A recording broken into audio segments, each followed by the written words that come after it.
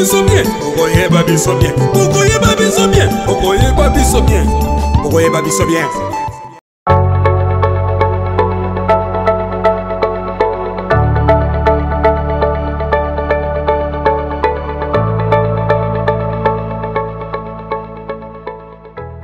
Dans le souci de rapprocher les dirigeants et les dirigés, le bureau de la porte-parole, que j'ai l'honneur de chapeauter, a mis en place au courant du mois de juin une plateforme via les réseaux sociaux pour permettre à la population de poser directement des questions, tenez-vous bien, au président de la République. À cet effet, au bout de 3 semaines, nous avons recueilli plus de 5000 questions. Informé de l'initiative, le chef de l'État a tenu à venir répondre personnellement aux questions de ses compatriotes. Avec l'expression de mes hommages les plus déférents, j'invite le président de la République. Excellence, Monsieur le Président de la République, bonjour. Bonjour, Madame Salama.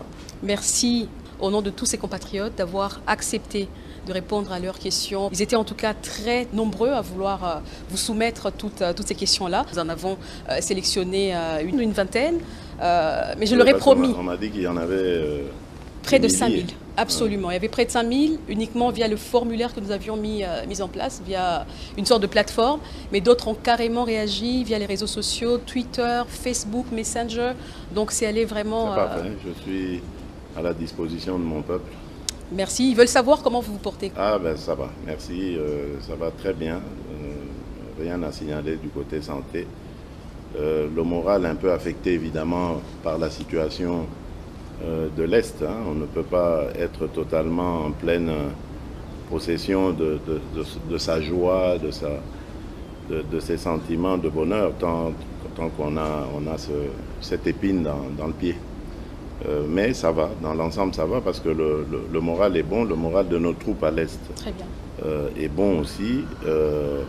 Il y a une montée en puissance de nos forces armées et il y a sûrement de bonnes nouvelles à venir au vu des démarches diplomatiques que nous avons menées et de la situation sur le terrain. Nous commençons par le social. Et la première question, en tout cas, ils veulent savoir comment est-ce que vous jugez, Monsieur le Président, l'impact de votre action sur la situation sociale des Congolais durant ce quinquennat. Vous avez un impact, il faut toujours le prendre en 3 dimensions. Il y a la dimension immédiate, il y a la dimension à moyen terme et à long terme. Nous sommes dans des réformes, notamment au niveau de l'agriculture, qui vont nous amener une indépendance alimentaire, une sécurité alimentaire dans les années qui viennent. Évidemment, ce sont des réformes, il faut du temps pour les mettre en place, mais cela augure de très très bonnes nouvelles. Nous allons enfin mettre fin à toutes ces importations qui nous coûtent des milliards et pouvoir produire nous-mêmes sur place. Et en sus, nous allons faire de la transformation locale et donc de la création d'emplois et de richesses. Donc ça c'est pour le long terme.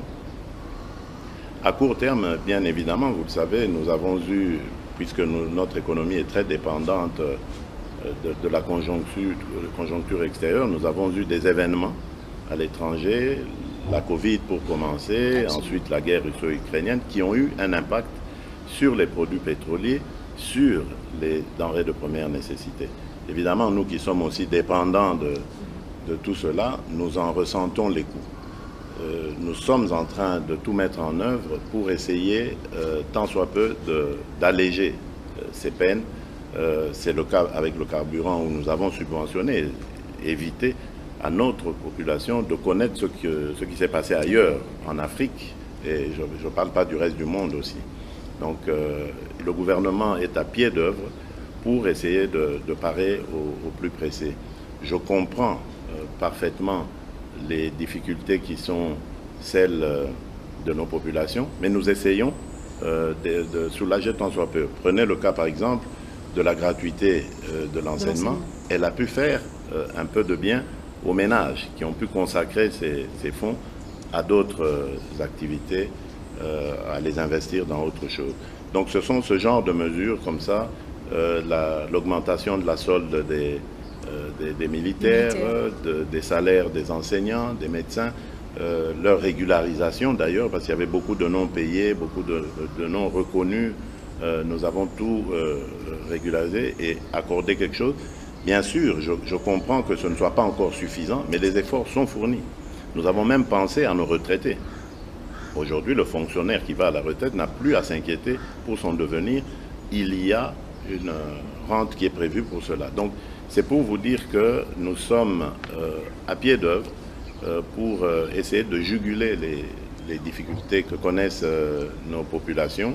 Et je reste optimiste parce que nous travaillons. Vous parlez des difficultés, il y a l'accès aussi aux soins de santé. Alors il pose une question sur la couverture santé universelle. C'était parmi vos projets phares de campagne, hein, et vous avez même mis en place, je pense, une première structure.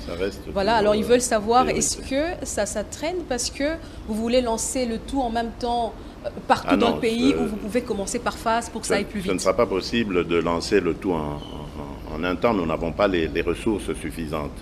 Mais nous avons déjà mobilisé certaines ressources pour commencer avec la catégorie mère-enfant et qui permettra d'avoir des accouchements gratuits et même des consultations prénatales et postnatales. Mais ça a commencé dans certains hôpitaux.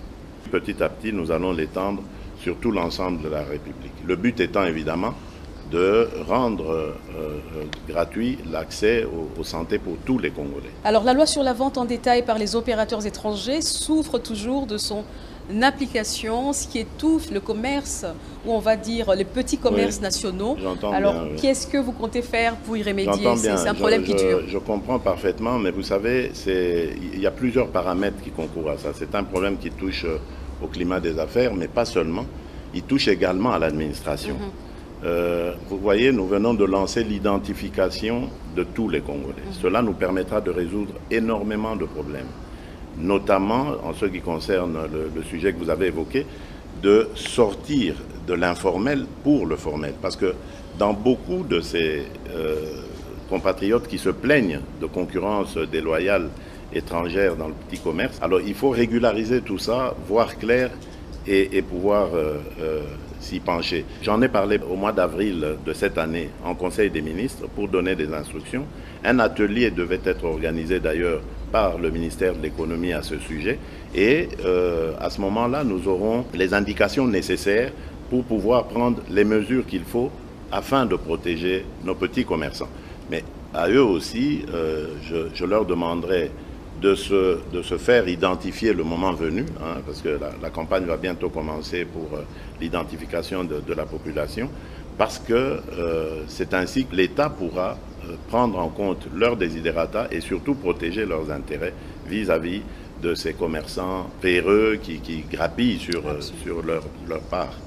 Alors, donc nous prenons le problème en charge. Les barrières illégales également, les tracasseries sur la RN1, donc la route nationale numéro 1, ils disent que malgré toutes les missions pour les démanteler du gouvernement, toutes les missions échouent en fait.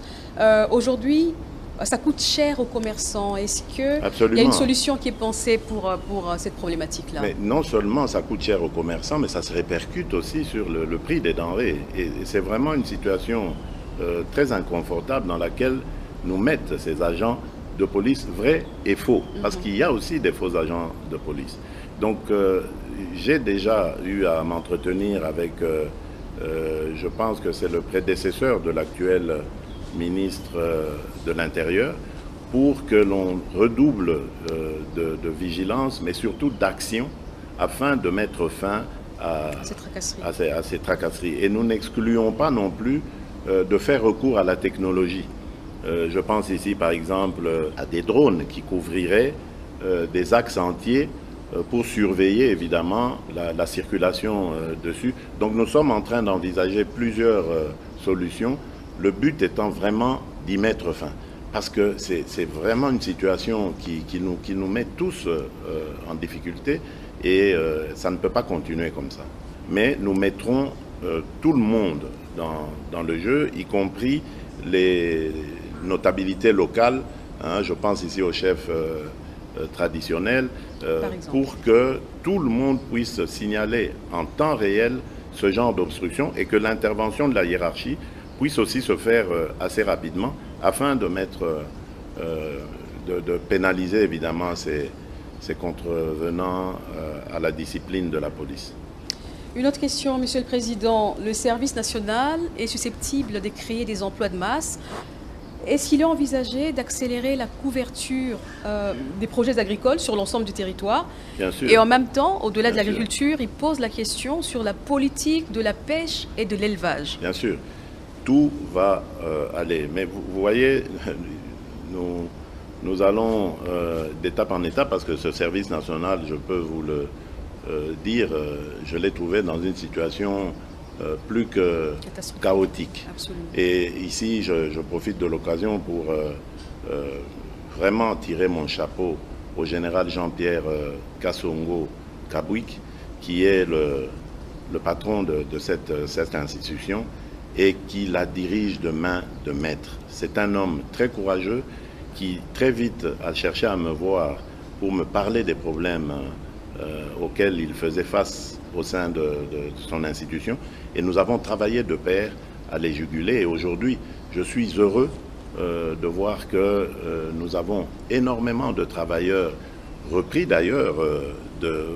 Certains étaient parmi les Koulouna que l'on déplore aujourd'hui, repris de ces milieux-là, complètement métamorphosés et qui aujourd'hui servent l'État.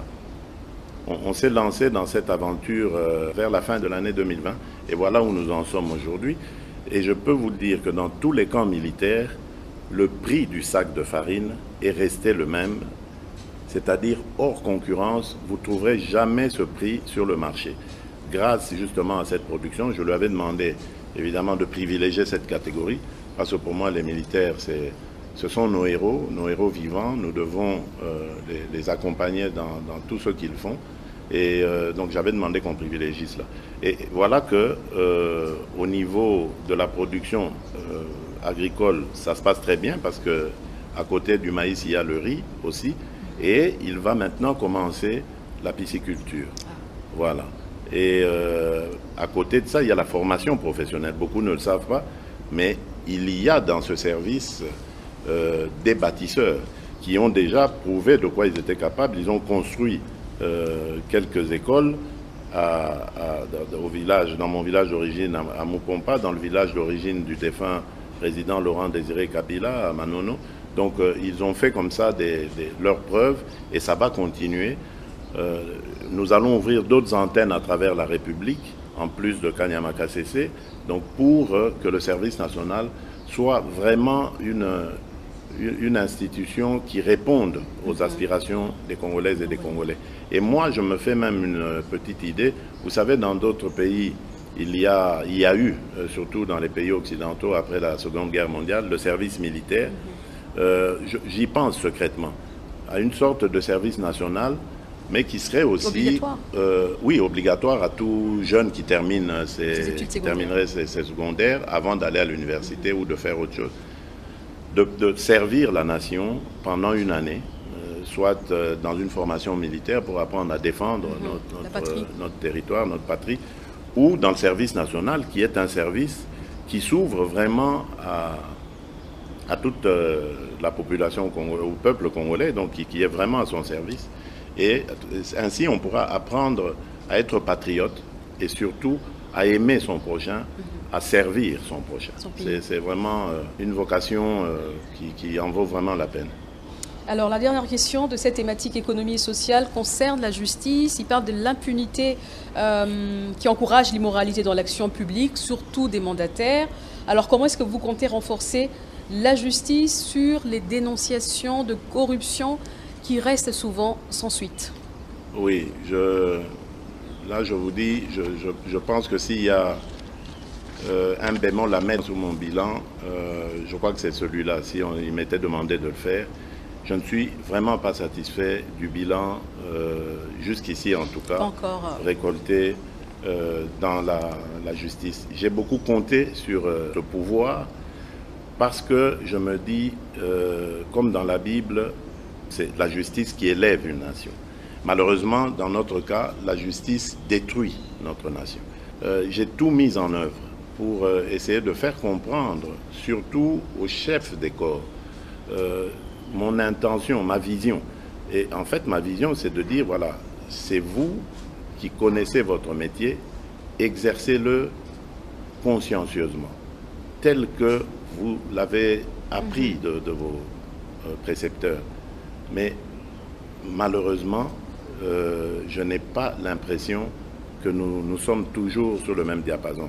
Et nous récoltons souvent la critique de l'opinion de manière injuste, qui pense que, par exemple, je prends comme ça un cas, lorsqu'on met quelqu'un en prison préventive en attendant son jugement et qu'après on le libère, on pense toujours qu'il y a une intervention de l'État. Madame, je peux vous le dire, devant Dieu, je ne suis intervenu dans aucun cas de ce pays pour demander l'arrestation ou la libération de quelqu'un. Jamais.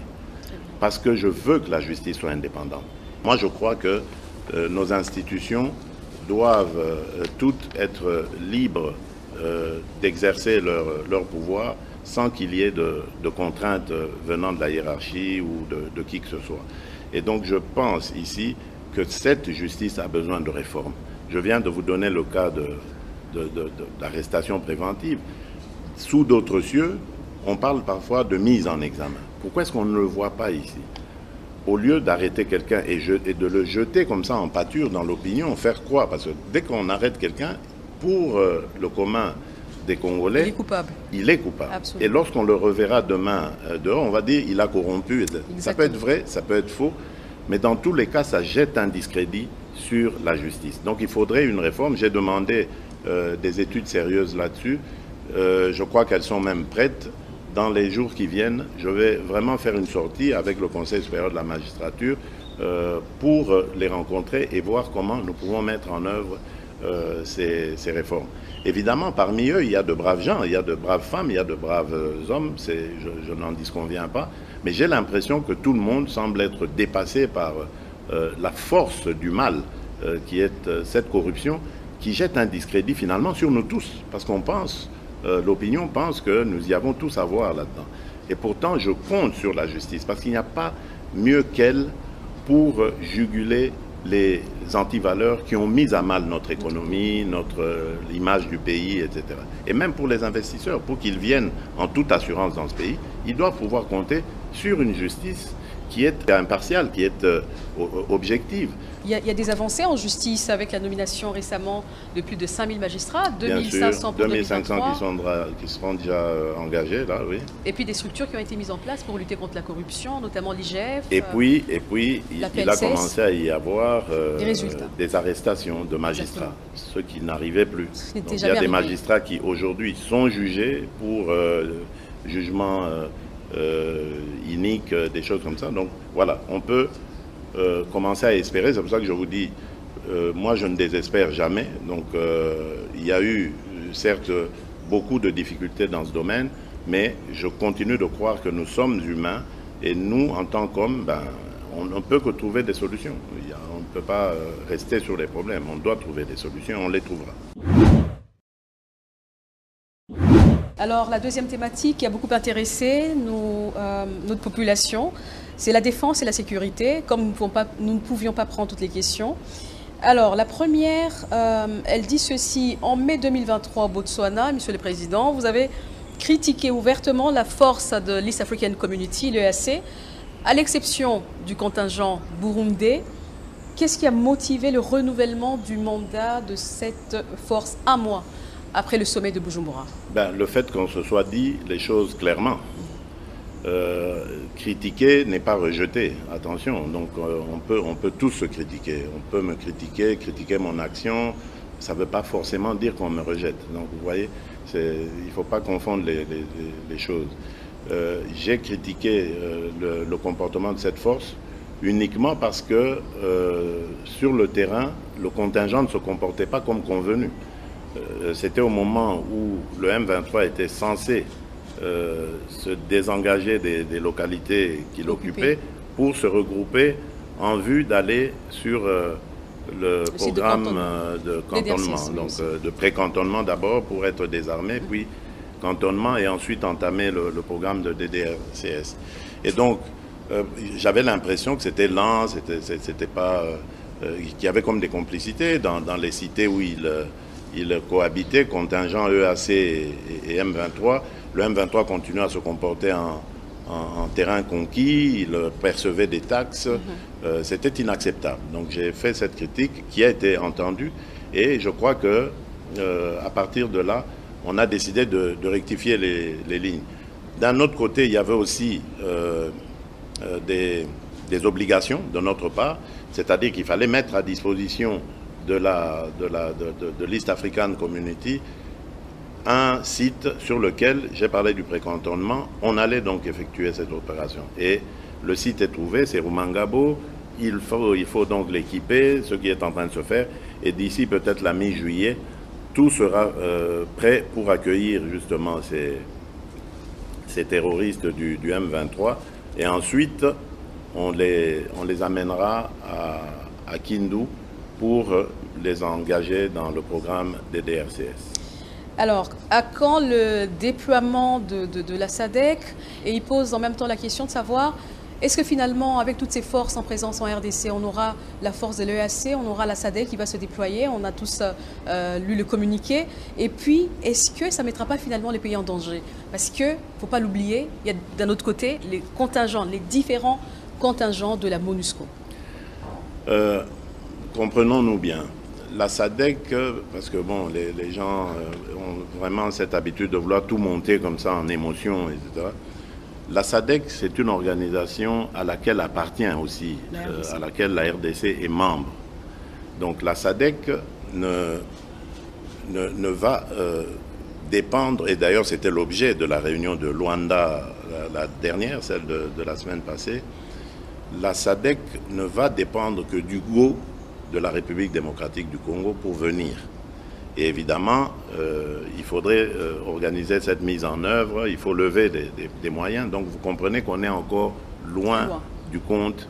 La SADC n'a pas une date précise, n'a pas décidé. Elle va se mettre, comme ça a été décidé à Luanda récemment, au service ou à la disposition plutôt de la République démocratique du Congo, qui, le moment venu, si elle en a besoin, lèvera cette option.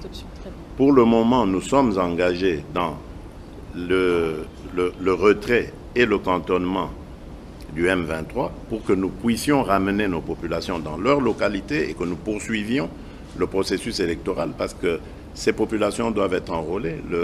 La CENI nous rassure que c'est fort possible de le faire, il n'est pas trop tard, on pourra toujours se rattraper. Donc, rien n'est perdu de ce côté-là. L'essentiel étant d'abord le retrait et le cantonnement du M23. Ensuite, nous verrons. Tout ça, ce sont des questions, des préoccupations des Congolais, je comprends, mais les Congolais doivent apprendre à nous faire confiance. Nous avons jusqu'ici mené à bien ces opérations. Vous avez entendu que les prophètes des malheurs souhaitaient même que Goma tombe. Goma n'est pas tombé et Goma ne tombera pas. Ça, je peux vous l'assurer. Et même, nous reprendrons toutes ces localités et ramènerons tout le monde à la maison, ainsi que la paix qui sera sauvegardée. Alors, il demande au départ de toutes ces troupes, l'EAC, la SADC, est-ce que finalement les FARDC qui sont habitués à être assistés seront-elles en mesure de bien accomplir leur mission? Je vous ai dit ici que les FARDC sont en train de monter en puissance. Nous allons dans quelques mois terminer la formation de dizaines de milliers de recrues qui vont donc venir renforcer les FARDC pendant que les autres seront peut-être relevés et recyclés parce que vous savez que l'une des raisons de nos déboires à l'Est, c'est aussi le fait que ces troupes ont trop longtemps été au front, ont connu beaucoup d'émotions, beaucoup de difficultés, certains étaient blessés, certains ont vu les leurs perdre la vie.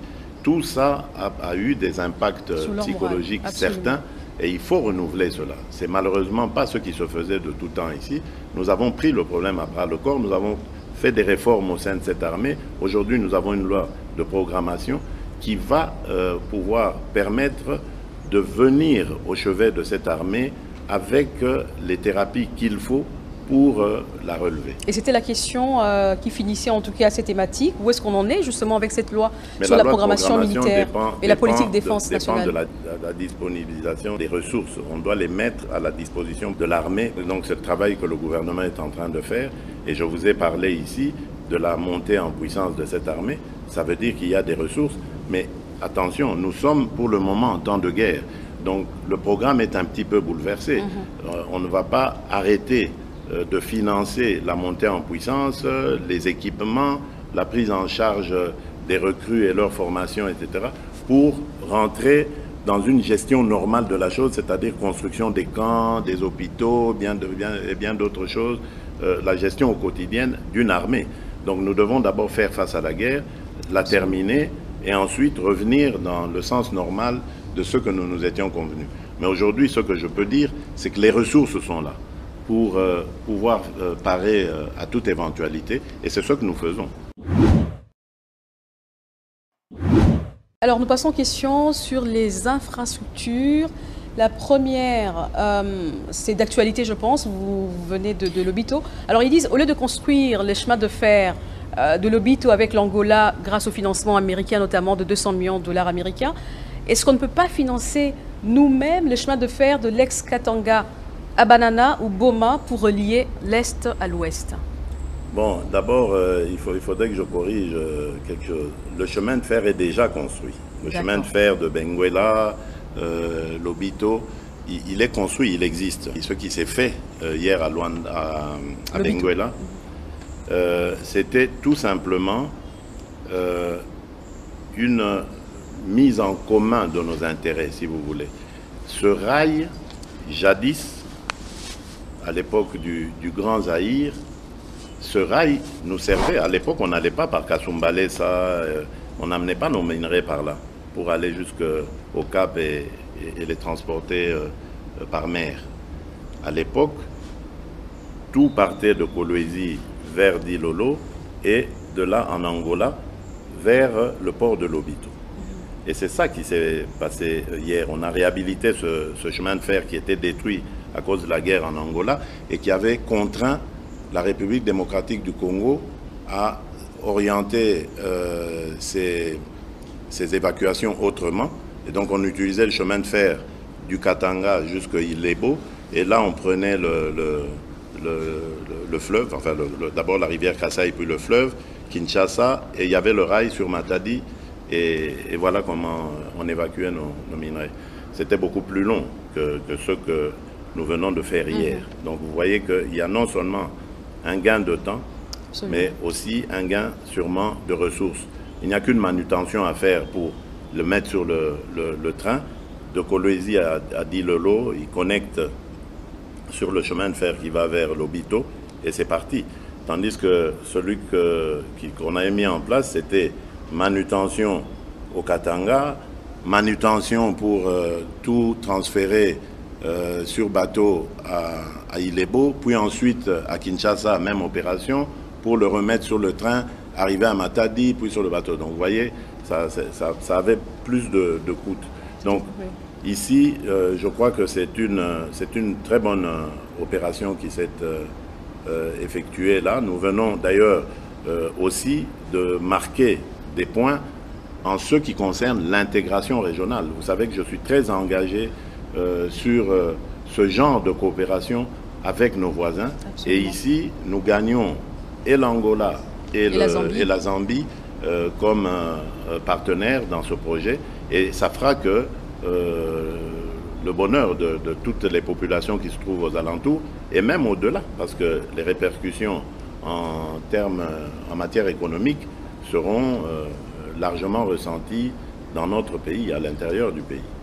Alors une autre question, Monsieur le Président, est-il possible de construire surtout les routes de dessertes agricoles afin de permettre l'acheminement des produits agricoles et faciliter ainsi les échanges commerciaux, mais là plutôt entre provinces de la RDC? Mais bien sûr, je crois que les gens, nos compatriotes, je pense qu'ils n'écoutent peut-être pas assez, ou c'est nous qui ne communiquons pas suffisamment pour leur faire comprendre ça. Mais je vous donne juste l'exemple des 145 territoires, le programme de développement local.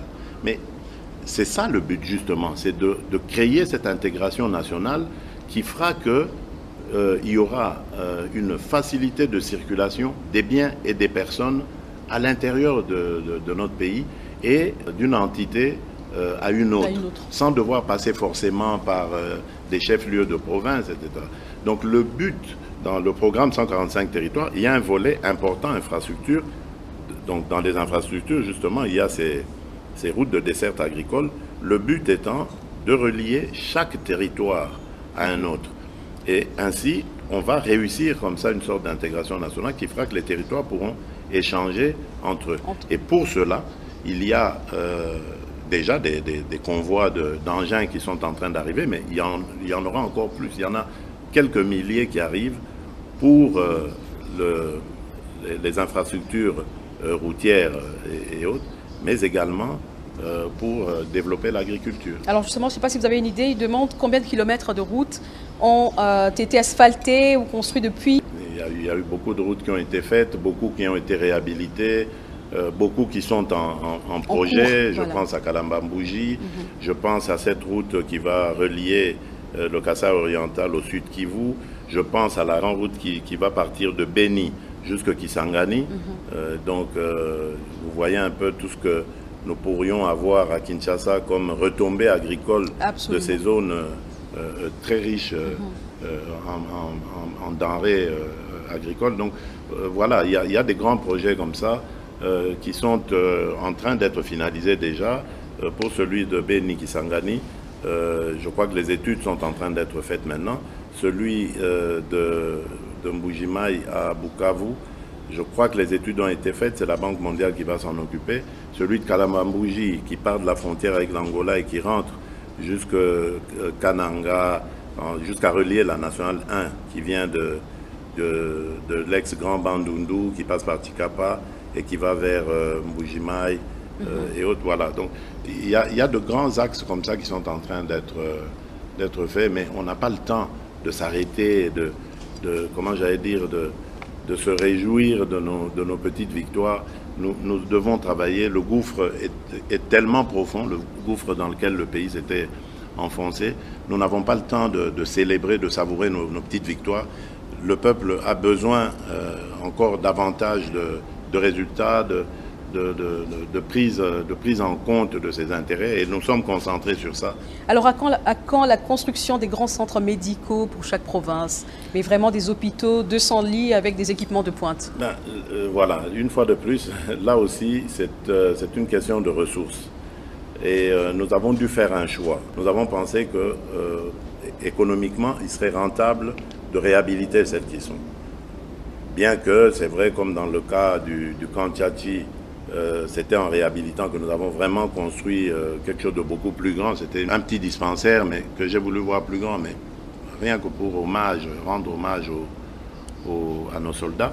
Mais ailleurs, c'est de la réhabilitation. Mamayemo, par exemple, vous allez voir, il va être construit un grand complexe. C'est vrai que c'était déjà un grand hôpital, mais là, on va le moderniser et le faire en hauteur pour gagner plus d'espace et de place aussi. Ailleurs, c'est de la réhabilitation que nous avons faite parce que justement, les moyens ne suivent pas encore. Mais vous verrez que dans le cadre du programme des 145 territoires, nous avons veillé à ce qu'il y ait un centre médical dans chaque territoire et qui comprendra quand même les équipements nécessaires pour pouvoir prendre directement en charge les cas les plus urgents, les plus graves, en attendant un transfert. Donc le projet existe, mais évidemment, comme je l'ai dit, c'est une question de ressources. Là, nous sommes en train de tout mettre en œuvre pour rendre d'abord accessible aux soins de santé tout le monde. Ça, je trouve que c'est plus important que de construire des grands hôpitaux. Il faut que tout le monde puisse, en tout cas, être en mesure de bénéficier des premiers soins. Vous savez que, par exemple, pour la malaria, le palu, il tue plus que le sida. Absolument. Si nous ne protégeons pas nos populations et que nous préférons mettre cet argent dans la construction des grands hôpitaux, je crois que ce serait se tromper de priorité. La priorité ici, c'est d'abord, pour moi, de protéger nos populations, de les mettre en situation de santé adéquate et ensuite voir comment ça va s'améliorer au fur et à mesure. Le Congo est un grand chantier, je l'ai toujours dit. Ce n'est pas aujourd'hui ou demain que ce chantier se réalisera complètement, mais il faut y mettre sa pierre au fil des années. On finira par tout reconstruire. Alors, la dernière question d'infrastructure, quelle est finalement votre politique en matière de logement? Est-ce qu'il y a un projet de construction des logements sociaux? Bien sûr, encore là, une fois de plus, le programme des 145 territoires. Le but qui était visé dans ce programme, c'était de ramener tous les, j'allais dire, les cerveaux, passez-moi l'expression, vers les milieux ruraux. Parce que tout le monde, à force de faire face au chômage, la déglingue de ces territoires, tout le monde a fini par migrer vers des grands centres urbains, allant même jusqu'à les encombrer, etc. Et aggraver les situations sécuritaires, professionnelles et tout ça. Donc maintenant, l'ambition que se dote ce programme des 145 territoires est de ramener tout ce monde, en tout cas le plus possible, vers ces territoires. Et donc pour ça, il faut construire des logements décents qui vont pouvoir permettre aux gens, quand ils reviennent des centres, de pouvoir rester dans les mêmes conditions, si pas même dans de meilleures conditions que là où ils se trouvaient au centre, et pouvoir s'adonner de manière beaucoup plus motivée à leurs nouvelles tâches dans ces territoires. Donc oui, il y a un programme qui est compris dans le grand programme des 145 territoires, programme de logement, mais également, à côté de cela, il y en a d'autres.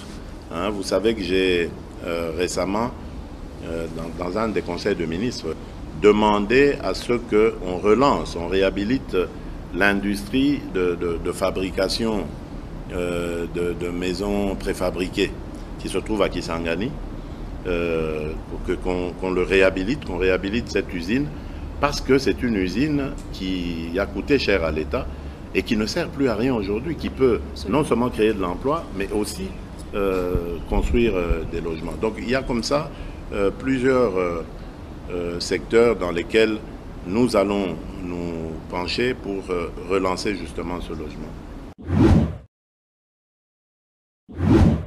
Des questions sur la diplomatie, on avait beaucoup également, Monsieur le Président. La première, après tous ces voyages à l'étranger, quelles en sont les retombées finalement sur le plan socio-économique pour le pays et pour la population? Bon, le plan socio-économique, vous n'aurez jamais, même s'il n'y en avait qu'un seul, ou vous n'aurez jamais un voyage qui vous ramène immédiatement des retombées. C'est pas, ça ne se mesure pas comme ça, j'allais dire. Les retombées, il y en a beaucoup. D'abord sur le plan diplomatique. Le Congo était, j'allais dire, en isolement ou peut-être en immersion totale. On ne le voyait pas, on ne l'entendait pas. À telle enseigne que lorsque nous avons commencé à dénoncer récemment ici, après l'agression rwandaise, les vraies intentions du Rwanda, nos interlocuteurs semblaient découvrir pour la première fois ou entendre pour la première fois ce genre de choses. Ça veut dire que le Congo avait cessé d'être présent.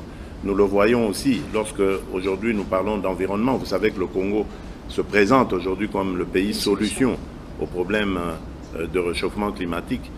Eh bien, le Congo était resté aphone pendant toutes ces années. Et c'est pas mal de dire que c'était le Congo d'en face et le Gabon qui avait pris le lead dans ce domaine en ce qui concerne le bassin de la forêt du Congo. Donc, alors que nous sommes, nous, propriétaires au moins de 65% de ce massif forestier. Donc, c'est quand même étonnant que nous soyons restés comme ça, absents de tout ça. Idem pour les minerais stratégiques, grâce auxquels aujourd'hui on va avoir une transition énergétique, transition industrielle. Le Congo était absent alors que c'est l'un des leaders mondiaux dans ce domaine. Et grâce justement à ces sorties, nous avons réussi à installer le Congo sur cet échiquier-là. Et aujourd'hui, plus rien ne se fait sans que l'on parle du Congo. Je pense le mois prochain, nous allons recevoir ici deux leaders de deux grands pays, deux des plus grands avec le Congo, qui sont propriétaire de grandes forêts, donc l'Amazonie, la forêt en Indonésie et Brésil, la forêt équatoriale. Donc le Brésil, l'Indonésie seront ici le mois prochain pour justement montrer leur solidarité avec la RDC, mais à travers la RDC aux autres pays qui appartiennent au même bassin du fleuve Congo, qui vont maintenant nous permettre de pouvoir parler d'une seule voix et de défendre nos intérêts. Nous sommes aujourd'hui, nous représentons le poumon du monde. Des engagements ont été pris à cet effet pour aider justement ces pays qui captent le carbone rejeté par les pays industrialisés, etc. Mais rien n'est fait. Donc tout ça va nous permettre de devenir beaucoup plus forts et de parler d'une seule et même voix et une voix intelligible aussi. Et de faire. Alors, vous voyez, toutes ces sorties ont servi à cela. À côté de ça, évidemment, il y a l'aide au développement qui a été renforcée. Aujourd'hui, la Banque mondiale a accru son soutien à la République démocratique du Congo, grâce non seulement à notre bonne gouvernance, on pourra en parler si vous voulez, mais surtout aussi grâce à ces contacts qui ont attiré leur attention pour leur dire attention, quelque chose est en train de se passer aujourd'hui en République démocratique du Congo. Nous sommes en train de changer de narratif, nous voulons changer de paradigme, mais nous voulons pour cela que vous nous accompagniez par les transferts de technologie, le savoir-faire, mais également, peut-être, pourquoi pas, aussi par vos soutiens qui vont nous permettre d'accroître nos efforts. Et vous avez vu que grâce à tout cela, aujourd'hui, nous avons un budget qui a quadruplé, nous avons des agences de notation qui ont grimpé la côte de la République démocratique du Congo. Nous sommes en train de finir le programme avec le FMI. Nous allons très bientôt envisager la 5e revue. Madame, ça n'a jamais été fait depuis que le Congo est Congo indépendant, et même en passant par le Zaïre, jusqu'à maintenant, on n'est jamais arrivé à 5 revues avec le FMI. Ça s'arrêtait toujours à 4 dans le meilleur des cas. Aujourd'hui, on est à 5 et on va les continuer si c'est possible. Donc, c'est clair que les choses se passent autrement en République démocratique du Congo aujourd'hui, et c'est grâce justement à ces sorties. C'est vrai, j'entends souvent les gens dire oui, mais c'est pas la Banque mondiale, c'est pas le FMI qui n'ont jamais aidé un pays à se développer. C'est vrai, mais c'est pas ça d'ailleurs leur objectif, ça n'a jamais été leur ambition. Ils se mettent aux côtés des États pour les accompagner en fixant ensemble avec ceux-ci les règles du jeu. Et ensuite, lorsque toutes ces revues se terminent, un programme est conclu et cela permet à cet État-là de devenir encore plus crédible aux yeux des autres et donc de s'ouvrir des lignes de crédit qui vont lui permettre alors à ce moment-là de se développer, parce que l'ayant suivi pendant un certain nombre d'années, on s'est rendu compte qu'il est maintenant capable de se prendre en charge et de financer son développement. C'est pour ça que nous nous étions à fond lancés dans cette aventure qui aujourd'hui est en train de nous donner des fruits, que Dieu en soit loué. Alors, il y a tellement de choses à dire sur la diplomatie. Bien Récemment, sûr, oui. Vous avez été en Chine, Monsieur le Président, c'est une première. Ils veulent savoir, les Congolais en tout cas, beaucoup ont posé des questions sur la Chine, sur votre voyage. Est-ce qu'il y a des bénéfices? Est-ce qu'il y en aura? Mais il y a déjà des bénéfices avec la Chine, déjà de tout temps. Enfin, la Chine, c'est un partenaire depuis 50 ans. Hein. Notre partenariat n'a pas commencé aujourd'hui. Quand vous voyez le Palais du Peuple, le Stade des Martyrs, voilà, ça sont des retombées de nos relations avec la Chine. Mais je vais vous dire simplement comment est-ce que l'idée de ce voyage est née et que la Chine a amicalement accepté de m'inviter.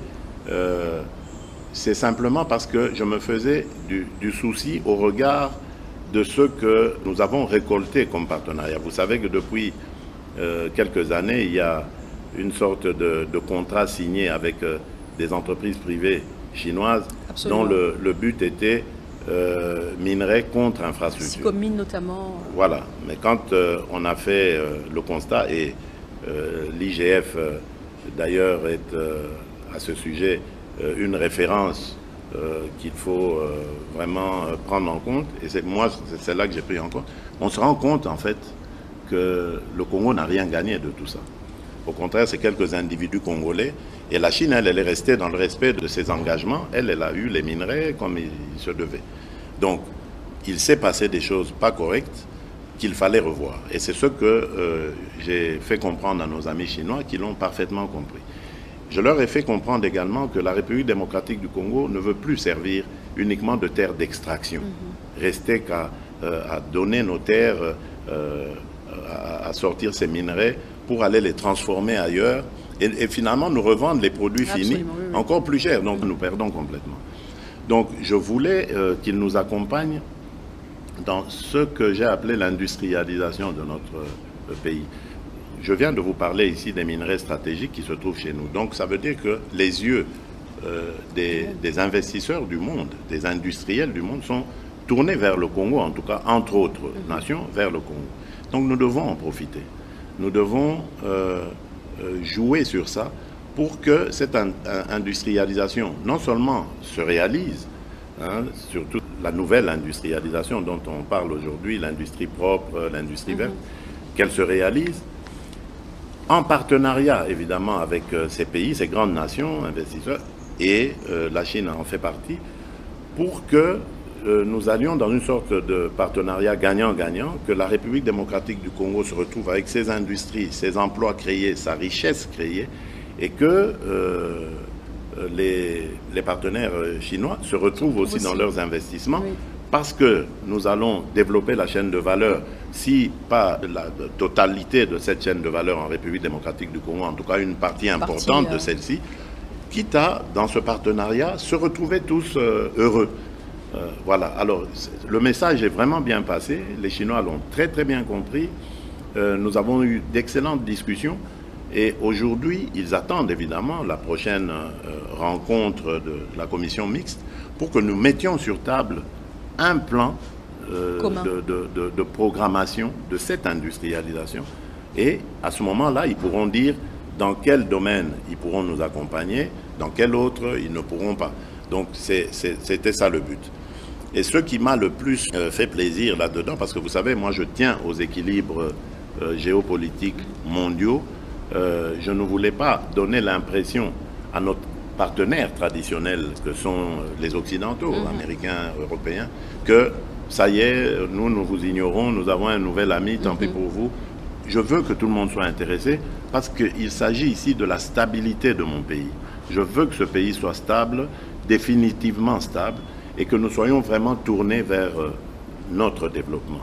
Et voilà pourquoi, dans ce que nous nous sommes dit avec le partenaire chinois, il y a aussi la possibilité, s'ils le désirent, européens et américains, de les approcher, de les intégrer dans ces projets. Et c'est ça que j'ai beaucoup apprécié, cette souplesse de la part des Chinois qui me convient parfaitement. Alors, une question. Est-ce qu'on ne devrait pas rompre finalement, mais complètement, nos relations diplomatiques avec le Rwanda? Vous savez, j'ai toujours eu une approche différente de certains de mes compatriotes que je trouve beaucoup plus, passez-moi l'expression, peut-être extrémiste, enfin, mais je comprends leurs sentiments. Il faut toujours faire la part des choses entre le régime Kagame et le peuple rwandais. Absolument. Le peuple rwandais est un peuple frère. Ce peuple restera toujours aux côtés, en tout cas au Rwanda, pays à côté de la RDC. Absolument. Donc, pourquoi rompre les relations avec ce peuple? Ça n'aura aucun sens.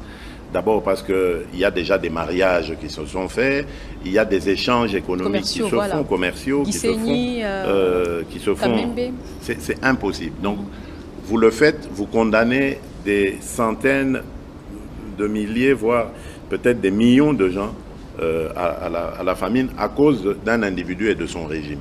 Non, je ne crois pas que ce soit la solution, celle de rompre les relations diplomatiques. Je pense simplement que nous devrions continuer à mettre la pression diplomatique sur le régime de Kagame. C'est en train d'ailleurs de fonctionner. Parce que, rappelez-vous, jusqu'au mois de mars passé, on entendait encore de coups de feu sur la ligne de front là-bas. Aujourd'hui, il n'y a plus de coups de feu. Pourtant, ils avaient cette habitude de tirer sur nos positions. Et aujourd'hui, ce n'est plus le cas. C'est la preuve que ça marche.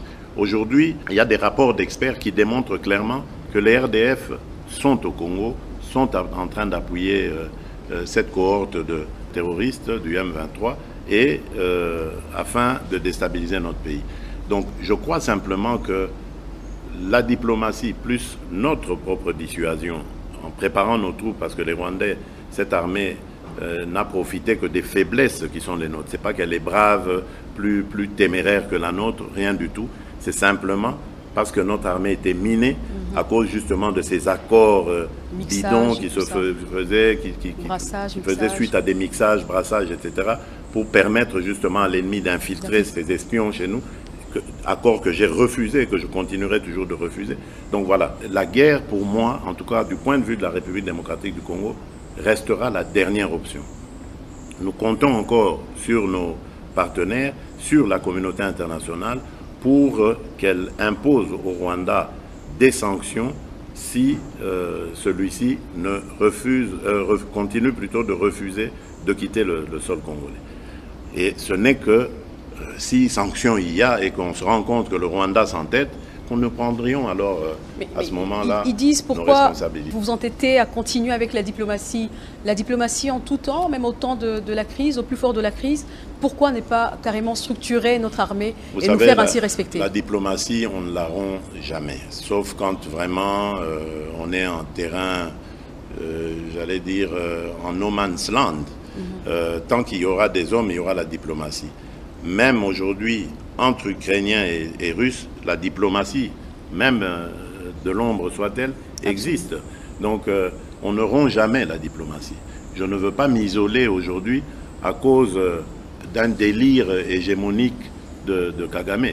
Donc moi, je continue de croire en la force de notre diplomatie, mais maintenant, en plus de la diplomatie, j'ai renforcé les capacités de mon armée, donc je n'ai pas à craindre ce bourreau.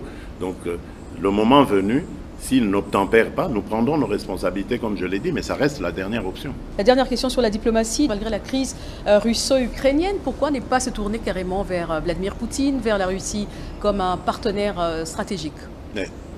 La Russie, c'est un partenaire, sauf que la Russie n'a pas vraiment l'habitude de beaucoup commercer en Afrique. Il n'y a pas que en République démocratique du Congo. Remarquez partout, souvent, c'est la coopération militaire. Mais pour ça, on a suffisamment d'alliés de ce côté-là. Si on avait des besoins, on se serait aussi adressé à eux. Mais souvenez-vous, en 2019, je crois, nous avons eu à nous rendre au sommet de Sochi, Russie-Afrique. J'y avais rencontré beaucoup d'hommes d'affaires qui semblaient être intéressés par la République démocratique du Congo dans plusieurs domaines. Mais je ne vais pas les forcer à aimer le Congo ou à venir au Congo. La porte du Congo est ouverte en tout cas pour tous ceux qui voudraient venir y faire des affaires qui seront prospères à la fois pour eux, mais aussi pour nos populations. Donc je n'ai pas de préférence. Et quand à parler d'alliance stratégique, je ne sais pas ce qu'on entend par ça, mais il n'y a pas d'alliance stratégique qui ne soit pas définie. Il y a plein d'orientations qu'on peut prendre. Donc, quand on la demande, on doit dire aussi pour quelles raisons les gens voudraient qu'on fasse cette alliance stratégique. Et puis, il a ses problèmes aussi en ce moment, la Russie. Alors, pour terminer, Monsieur le Président, il y a quelques questions libres. Quelles sont les stratégies mises en place par le gouvernement afin de permettre le développement des régions enclavées? C'est ça, justement, le but, c'est de désenclaver le pays, réussir son intégration totale. Le plan, ce sont les infrastructures. Il n'y a pas d'autres secrets. Non seulement les infrastructures, mais également l'érection de centres d'activité commerciale. J'ai pu le voir dans certains pays. Et je l'ai vu encore en Angola parce que le président m'a invité à aller voir quelques municipalités qui sont spécialisées dans la pêcherie, etc. Et là, je me suis rendu compte qu'on peut donner de l'emploi aux gens en fonction des activités dédiées à ces contrées-là. Je prends un exemple. À l'Équateur, vous savez que le poisson est très prisé. Il y a beaucoup de localités qui se trouvent au bord du fleuve et dont les habitants s'adonnent à ce genre d'activité, mais pourquoi ne pas leur mettre des pêcheries? Comme ça, ils restent dans leur milieu d'origine mais ils développent cette activité. Exactement. Et si tout va bien pour eux, ils pourront aller beaucoup plus loin et devenir une PME qui grandit, qui exporte même, pourquoi pas, etc. Donc c'est ça le but, et c'est pour ça que nous avons lancé cet ambitieux programme de construction des zones industrielles qui, pour certaines, prendront même le statut de zone économique spéciale afin de booster l'activité. Et ces zones se trouveront, pour certaines d'entre eux, dans des milieux ruraux. Le grand défi est et restera toujours énergétique. La République démocratique du Congo a besoin de beaucoup d'énergie, eau, électricité, pour pouvoir réussir ces défis. Nous sommes aussi là dans un plan de développement de plusieurs études pour voir comment, à partir des sites hydrauliques que nous avons, il y en a à peu près 600-700 sur tout l'ensemble du territoire, nous pourrons pouvoir comme ça développer des générateurs d'électricité et d'adduction d'eau pour desservir les populations locales. Ça aussi, c'est un programme qui me tient très à cœur, parce que malheureusement, jusqu'ici, nous ne sommes arrivés qu'à 30% pour ce qui est de l'eau, de couverture en eau aux populations. Lorsque je suis arrivé au pouvoir, on était à 8 ou 9%. Donc on est quand même à 30%. L'objectif de 2023, c'était d'arriver à 53% pour atteindre les 70% en 2030. Malheureusement, on est un peu en deçà. On doit s'efforcer. À 22% pour l'électricité. On était à 18% en 2018. Donc là, on a encore besoin de beaucoup ramer pour aller beaucoup plus loin. Donc voilà, ça, ce sont les grands défis, les grands objectifs que nous nous sommes assignés et que nous espérons atteindre. L'installation de votre QG dans la partie est du pays, à Goma précisément, vous l'aviez promis. Et puis il y a des villes où vous n'avez pas encore été, vous n'avez pas pu visiter durant tout le mandat, Kisangani. Vous savez, la technologie aujourd'hui nous permet d'être présents à plusieurs endroits en même temps, ou à des endroits sans être là forcément. Il y a toujours une perception que vous avez lorsque vous aspirez à une fonction par rapport à lorsque vous êtes dans la fonction. Évidemment, devant le malheur de nos compatriotes à l'époque, lors de la campagne, je me suis dit, je viendrai m'installer ici. Mais lorsque j'accède à la fonction, je me rends compte qu'en tant que commandant suprême des forces armées de notre République, je n'ai pas besoin d'aller m'installer là-bas pour que les choses marchent. J'ai réussi à les faire marcher à partir d'ici. C'est une perception qu'il y avait au moment où j'étais le candidat, Félix Tshisekedi. J'ai été à Goma à plusieurs reprises et aujourd'hui, de Kinshasa, j'ai endigué cette progression de ces agresseurs. Et grâce à la diplomatie, nous allons renverser la tendance. Donc, il ne faut pas que ma personne soit forcément là pour ce faire. Et je peux vous dire qu'aujourd'hui, grâce à nos acquisitions, je peux, de mon QG, suivre en temps réel des combats sur le terrain. Voilà. Très bien. Alors, avec le son et l'image. À l'approche, Monsieur le Président, des échéances électorales, la tension monte dans les états-majors politiques. Il vous est reproché d'utiliser des méthodes dictatoriales, répressives contre l'opposition. Qu'en dites-vous? Oui, bon, d'abord, je tiens à vous le dire, je ne serai jamais dictateur. La preuve, c'est que si j'étais dictateur, ceux qui le disent ne seraient pas ici au Congo pour le dire. Hein? Je ne veux pas vous donner d'exemple de pays, mais regardez un peu autour de nous. Hein? Le pays auquel vous pensez, là, je devine. Si un opposant à ce régime peut dire dans ce pays, ou un journaliste peut parler de dictature dans ce pays-là. Bon, voilà. Donc c'est déjà vous dire que s'ils peuvent le dire ici et rentrer chez eux, dormir tranquille, ça veut dire que ce n'est pas vrai. Bon, mais en même temps, il ne faut pas confondre démocratie et anarchie. Absolument. Voilà. Donc, moi, j'ai passé les 3/4 de ma vie à me battre contre la dictature, contre les injustices et pour les libertés. mais jamais je n'ai pris la liberté d'organiser la déstabilisation du régime que je combattais. Nous avons eu des tas d'occasions d'embrasser la lutte armée. Nous avons toujours refusé cela grâce à la clairvoyance de notre leader, Étienne Tshisekedi, d'heureuse mémoire, qui refusait un tel chemin parce que c'est un chemin parsemé de beaucoup d'inconnus. Absolument. Et preuve en est faite aujourd'hui. Regardez l'AFDL qui est arrivé arme à la main, disant qu'il venait débarrasser le pays de la dictature du maréchal Mobutu, alors que nous étions déjà engagés dans un processus pacifique de démocratie qui nous amenait tout doucement vers des élections. Ben, ils ont mis le maréchal Mobutu dehors, mais ils arrivaient devant une cohorte d'armées étrangères qui a sonné d'ailleurs le début de nos malheurs qui continuent jusqu'à ce jour. C'est parce que l'AFDL était venu avec des armées étrangères ici, qui ont pu même placer un étranger à la tête de nos forces armées ici qui ne le sait pas. Alors, vous comprenez que nous ne pouvons pas nous inscrire dans cette logique.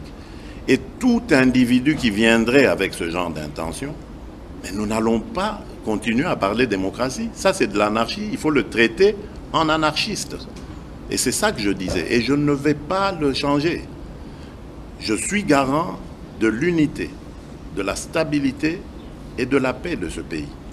Tant que dans un coin de cette République, il n'y aura pas de paix, ou que la paix sera troublée par des individus avides de pouvoir et n'importe quel pouvoir, ils me rencontreront sur leur chemin. Et advienne que pourra, on peut dire ce qu'on veut, moi je me connais, je sais que je ne peux jamais devenir dictateur, parce que je déteste la dictature. Tous ceux qui me connaissent savent que je suis un démocrate rompu. Voilà. Alors, Monsieur le Président, en tant que garant du fonctionnement régulier des institutions, quelles sont les actions envisagées pour décourager la résurgence du tribalisme? Ça, c'est une très très bonne question. Ça, c'est vraiment, ça me fait beaucoup de peine. Et moi, je crois que notre Constitution est quelque part à la base de la résurgence de ce tribalisme. Je m'explique. Depuis que nous avons mis fin au système qui existait à l'époque du impair parti-État, le président de la République nommait les gouverneurs de province et leurs adjoints, je pense. Bref, c'est lui qui s'occupait de ça. Et comme ça se passait à cette époque, généralement, le gouverneur qui était nommé dans une province X n'était pas originaire de cette province-là. Et ça a marché. Ça a renforcé la cohésion nationale. Oui. Aujourd'hui, on a laissé aux provinces le soin de s'occuper de cela, avec les lacunes qui sont les leurs. Aujourd'hui, nos provinces sont démunies. Les moindres sommes d'argent qui passent par là, tout le monde veut se les partager. On ne pense même pas à les investir dans le développement de la province. Donc, la course justement à ces petites sommes d'argent fait que ça exacerbe le tribalisme. On doit parler de clan, on doit parler de ceci pour que son candidat gouverneur passe, ainsi de suite. Ça a aggravé les divisions.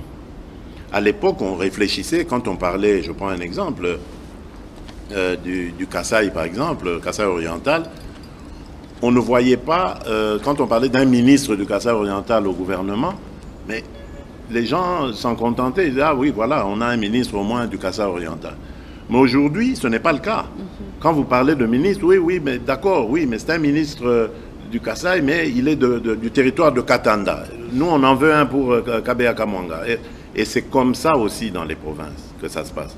Et ça, c'est très dangereux.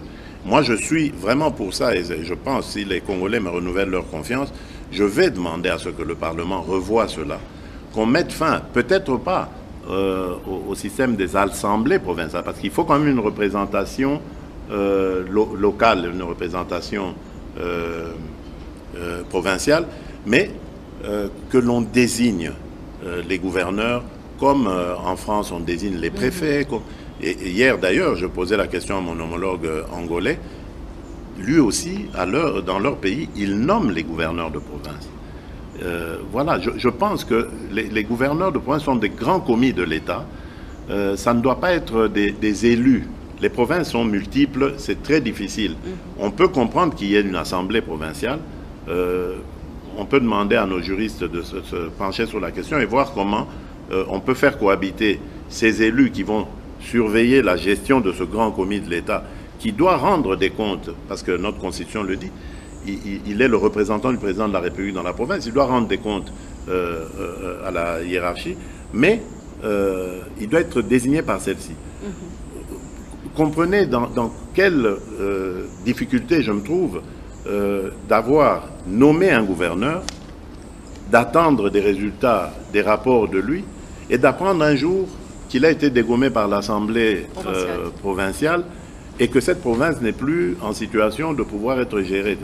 C'est un système qui tue la démocratie, qui tue aussi la gestion de nos provinces, et je crois que nous devons, en hommes avisés, nous pencher sur cette question et essayer de la résoudre de manière à ce que l'intérêt du pays soit mis en avant. Alors, on est en train de chuter.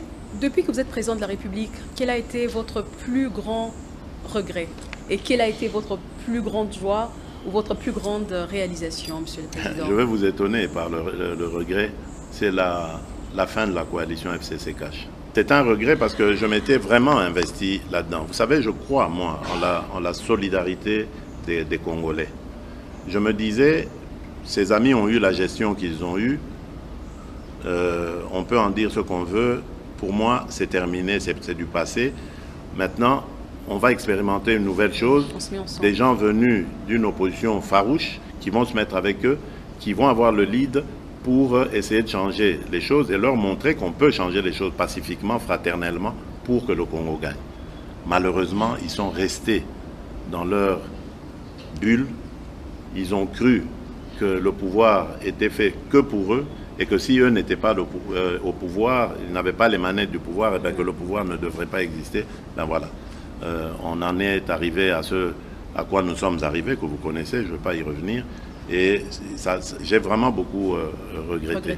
Parce qu'on vivait une très belle expérience pour la première fois dans ce pays, une alternance pacifique.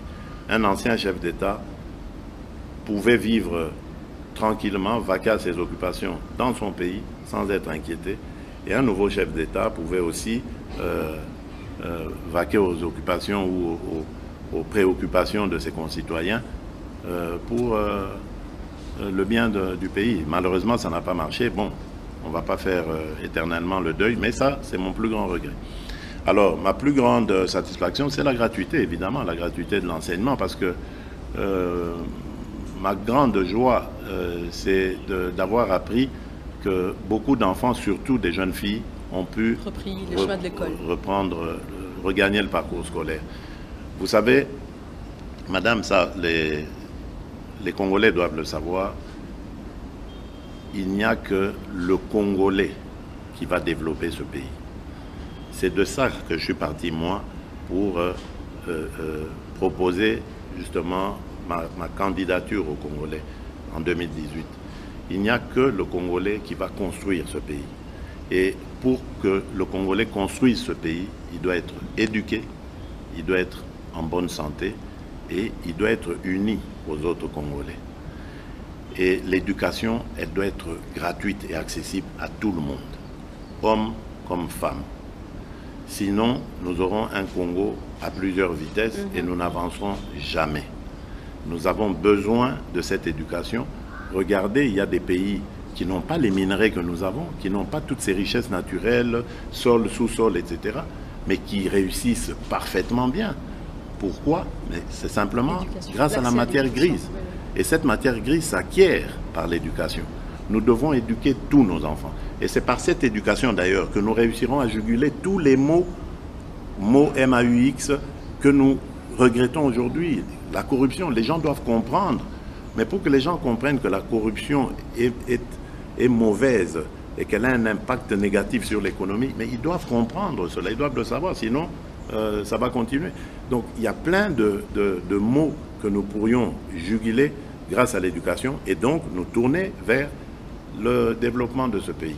Donc pour moi, c'est une grande victoire, mais petite encore, parce qu'il n'y a pas tous les enfants congolais dans l'école.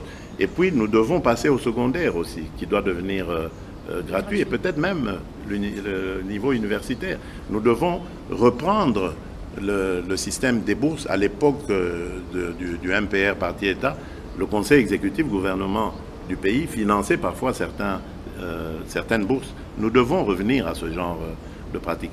L'éducation, pour moi, c'est la clé numéro 1, devant les mines, devant l'agriculture, devant tout ça, pour développer ce pays. Si nous réussissons dans l'éducation, tout le reste va suivre parce que nous aurons des gens formés, des hommes et des femmes formés et capables de faire face à tous les défis qui se présenteront face à notre pays.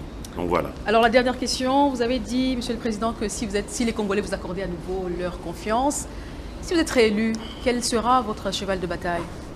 D'abord, continuer le travail sur la justice, parce que comme je l'ai dit, la justice élève une nation. Moi, je suis devenu président de la République démocratique du Congo pour élever ma nation. Je veux d'un Congo fort, uni et prospère. Et ce n'est qu'en l'élevant qu'on arrivera à ce résultat. Donc, je vais continuer le travail pour crédibiliser la justice, la voir vraiment comme un vrai partenaire à mes côtés pour combattre les fléaux qui ont ruiné notre économie. Et bien sûr, je vais me tourner toujours vers le social parce que je viens moi-même d'une force politique qui met l'accent sur le social en priorisant le Congolais, le peuple d'abord. Et donc, je vais continuer. Je sais qu'il y a beaucoup à faire. Je ne veux pas non plus d'un peuple de dépendants, un peuple de gens qui sont assistés continuellement. Non. Quand je parle du social, c'est-à-dire de mettre dans mon pays les conditions nécessaires pour que tout le monde puisse aller à l'école, quand on est enfant, on est jeune, pour que tout le monde puisse avoir accès aux soins de santé lorsqu'on tombe malade, et pour que tout le monde puisse avoir un emploi décent et pouvoir subvenir aux besoins de sa famille. Donc voilà, donc c'est de ce Congo-là que je rêve, et je crois que ce Congo est possible. Il faut simplement que nous regardions les choses en face, que nous nous donnions la main en tant que Congolais, que nous mettions de côté nos divergences qui nous font reculer. Nous avons le droit d'avoir des divergences politiques, religieuses et autres, mais cela ne doit pas dégénérer en blocage. Ça doit nous permettre, au contraire de ces divergences, de créer, d'apporter la lumière aux questions que se posent nos populations. Donc voilà ce que j'attends des Congolais et que je compte faire avec eux si ils me renouvellent leur confiance. C'était un exercice qu'on a voulu, Monsieur le Président, de rapprocher le dirigeant des dirigés. Merci en tout cas de votre temps. Mais c'est à vous, que ce ne sera pas la dernière fois. Tina, c'est à vous que je lance les fleurs. C'est la preuve encore que la dame au Congo, il faut compter avec elle. Merci. C'est votre initiative, je dois le dire. Et tout de suite, j'ai été enchanté et j'ai été d'accord pour faire face au public. Je promets même de revenir encore dès que l'occasion se présente. C'est ce qui souhaitait. Parce que je pense qu'il est de notre devoir de rendre compte et surtout d'informer nos compatriotes. Nous sommes là pour le servir et non pas pour nous servir. Merci, Monsieur le Président. Merci, Madame.